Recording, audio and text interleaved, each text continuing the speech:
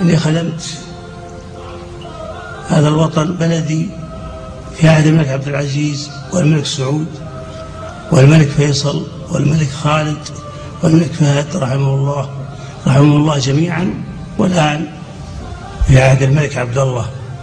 ربنا يعطيه القوة والسداد والتوفيق إن شاء الله، ويعين بأخيه صاحب السمو الملكي الأمير سلطان بن عبد العزيز. أقولها بكل وضوح وصراحة: نحن مستهدفون في عقيدتنا، نحن مستهدفون في وطننا. أقول بكل وضوح وصراحة لعلمائنا الأجلاء ولطلبة علمنا ولدعاتنا وللأمرنا بالمعروف والنهي عن المنكر ولخطباء المساجد: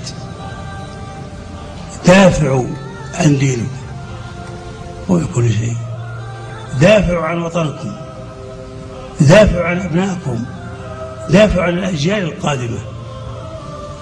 يجب أن نرى عمل إيجابي، ونستعمل كل وسائل العصر الحديثة في خدمة الإسلام، ونقول الحق ولا تأخذنا بالحق لومة لائم. فلنستعمل القنوات التلفزيونية ولنستعمل الإنترنت، وأنتم كل وقت تقرؤون وترون ماذا فيه. أرجوكم من الله عز وجل السداد والتوفيق.